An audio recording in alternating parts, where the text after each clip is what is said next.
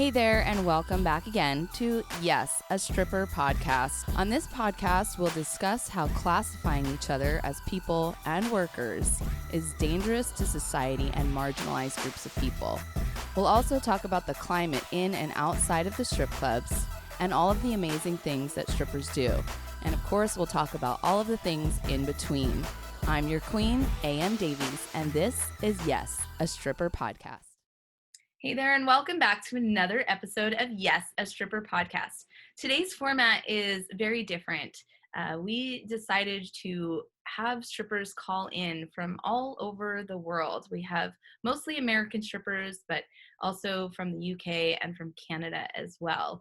And the reason I wanted to do a podcast this way, an episode this way, is because I really wanted to hear other people's voices and get a real idea of what's going on with them. And I just wanted to listen. And I was telling somebody the other day about how throughout this journey that I've been on, which is being an advocate for strippers, that I had to learn over time how to truly listen. And I thought I was a good listener for a long time.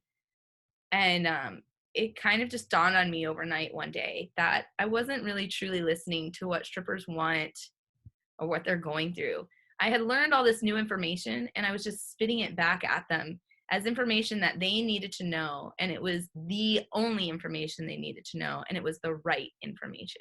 And I didn't take the time to sit back and think of their perspectives or their individual experiences.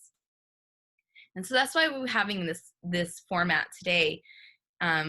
Basically, so I can shut the fuck up as much as possible, which is really hard for me to do, and just listen to what's going on in their world. Because quite frankly, I spend a lot of my time being very angry at club managers and owners, but there are people out there that are at least trying to do the right thing. And I think that I need to be reminded that people are people, and in every industry and in every part of life, there are people who do things that you really like and appreciate and people who do things that you don't. And the strip club industry is no different. It's made up of people. And it's how people choose to be, not about how owners or employers of strip clubs choose to be. It's how those people choose to be. And that's what the real crux of all of this is. It's determining who's helping and who's hurting, and to create a dialogue around that so we can all learn and figure out how to support each other, because this is going to take a lifetime to reform this industry and create happiness and abundance around it.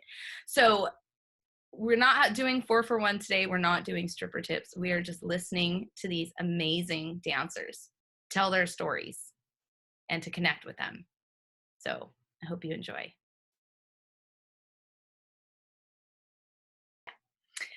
So, hi and welcome to this call. This is a podcast specifically for strippers to have their voices be heard. And we have callers from all over the world today. And our first caller with us goes by Ivy. Ivy, that's what we want to go by today, right? By the way? Yep. Okay. Ivy is my stripper name. My real name is Destiny Desire, but you can call me Ivy. My real name is Destiny Desire. I love that. Perfect. We'll call you Ivy. Ivy, how long have you been stripping for? How long have you been a stripper? I started when I was 19 and I'm turning 30 in September. So Wow. Great. yeah, all years. over the world. Been dancing. I've danced all over the world. Actually, apart from, I haven't danced in America. I'm not allowed in America. Let's not talk about that. But yeah, Australia, Japan, New Zealand, Spain. Amazing. Austria, Europe, yeah. Where are you calling from today? Calling from London, UK. Lovely. Wow. Yes. So one of the things that we want to find out is what was going on in the industry. Like, what were you seeing before COVID, like leading up to this pandemic? What is the strip club vibe, industry vibe going on where you're at currently? Okay, so I actually don't currently, well, I don't think anyone does currently, but before the pandemic, I wasn't dancing. I danced, the last time I danced was in the run up towards Christmas. I got frustrated with the amount of money that I ended up having to give the club. I don't like giving other people money, and just the way that we're being treated. We were in stages of unionizing, and it just kind of, I felt like basically I went back to this particular club as a kind of mole, and start the unionizing process, because I do full service now and other things. So like stripping isn't my main form of income. Right. And I just kind of went in there as a mole, but nothing really changes. You think that it's going to pick up, and you think that the Christmas period it's like, oh, it's going to get busy, but it kind of just never picked up. I don't think the last 2 years it ever really picked up. Sorry, it's Bert. Less people are going to the clubs. More people are like, they have less disposable income. This is then getting pushed down the line. So the dancers are getting fined, the dancers are getting, the house fees are going up, we're having to tip out and stuff. And it's like we're a form of income for the club, and that's not like that. We're the only industry Right.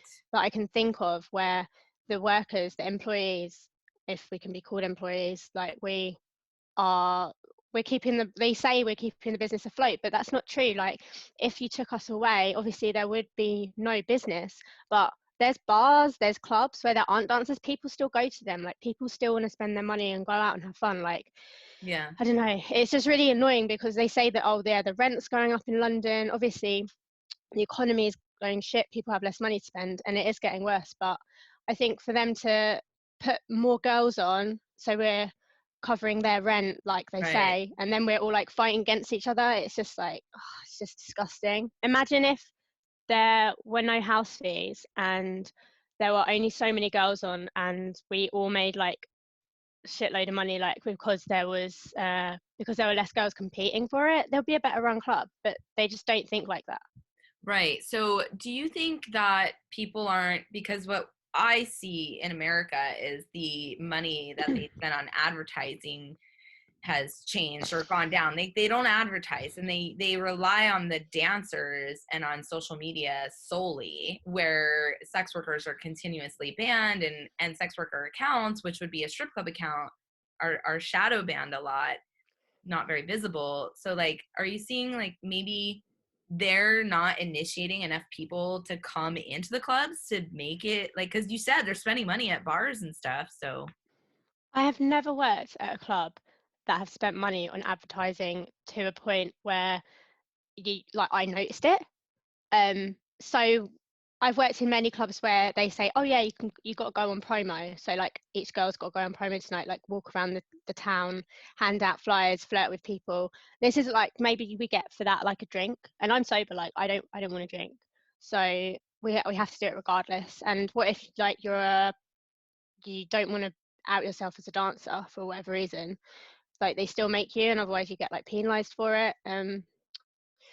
Yeah, I think that's really unfair. And on with the online thing, there's this like weird rule or like loophole where we're not allowed to take customers' phone numbers, yet we're expected to text our clients to come in or regulars to come in. Do you know what I mean? It's like, it's just what, so they Yeah. could always fire you, or always like fine you for something, like having your phone out, like, oh, but I'm texting regular. Oh, but you shouldn't give them the number.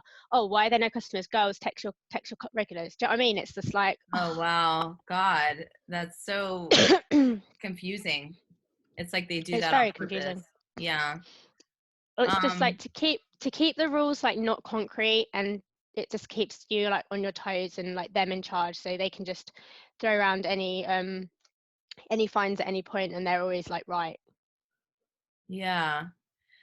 Wow. So, do you know anything about how any dancers were supported either by the government or by their employer after the closures due to COVID-19? So in the UK, it's different to America. We're very lucky. We didn't have to tick a box saying that we were sex workers. We get government support if we need it. So if you don't have any savings, if you don't have any assets, and you need the support of the government, we're very, very blessed that we do have access to that. If we have residential immigration status. If we don't, then we're pretty much fucked. So yeah. So if you're not an English citizen, then you're yeah. fucked. If you don't have secure immigration status, Got it. then you don't have the support of the government. Basically, you have to have like a passport or a visa or something like that. So have you found, like, do most of the strippers where you're at right now feel supported due to that? I mean, that's really nice that the government is like, I mean, we'll accept you. we're so much better positioned than you Okay. guys, Wow. definitely. Obviously, the amount of money we get is dependent on who lives in our house, like where we are. So in London, you get a little bit more, I think, outside a little bit less. If you have a child, if how much your rent is, all of these kind of things. So there are lots of, yeah, but I mean, it's generally like our welfare system.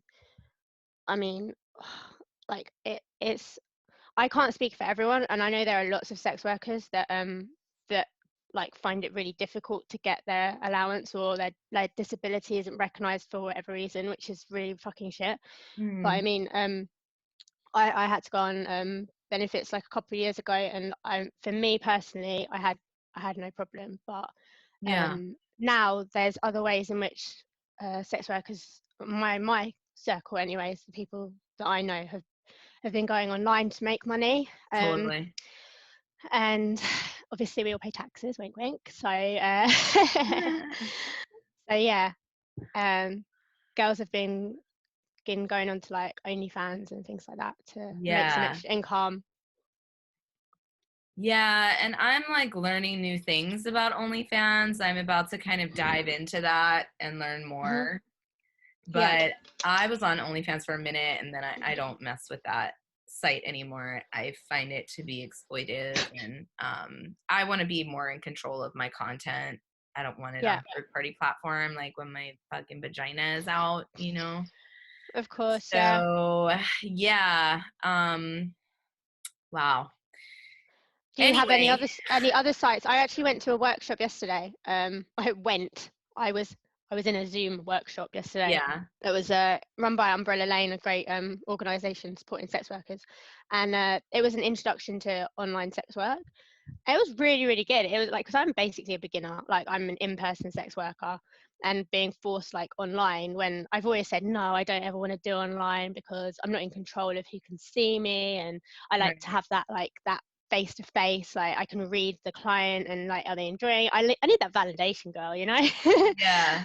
So it was really interesting. Just, and so also some of my friends who have done it, they've complained that their mental health has gone down because they're constantly like looking at pictures themselves. They're like, oh, is this good enough? Like, could I have changed this? Have I edited it enough? Like, and just looking at your every flaw that you might even have, and things that you haven't even noticed before. It's just like, oh, it's frustrating just being left with yourself.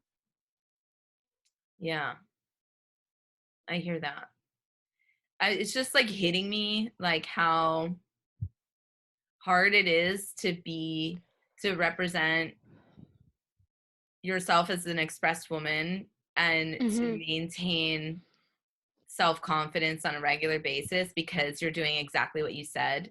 However, like literally society and every fucking thing we do thrives off of the female image. And we are like killing ourselves to be up to these standards. Every now and then I have this thought, and I talk about it, and it gets me every time. Yeah.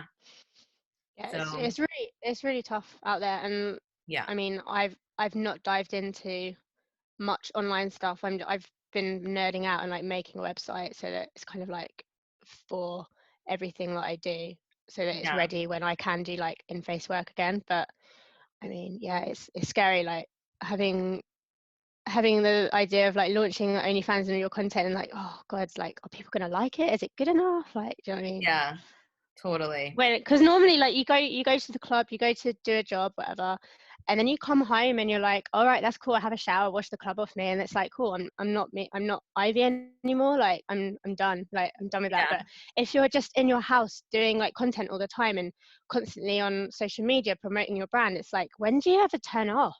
When do you have time for yourself? If you have any questions, comments, or concerns, you can email us at yesastripperpodcast@gmail.com. Be sure to follow us on Instagram at yesastripperpodcast. And you can catch the show on YouTube, Spotify, SoundCloud, anywhere that you can find podcasts. We hope you tune in next week. I've been your host, A.M. Davies. See you soon.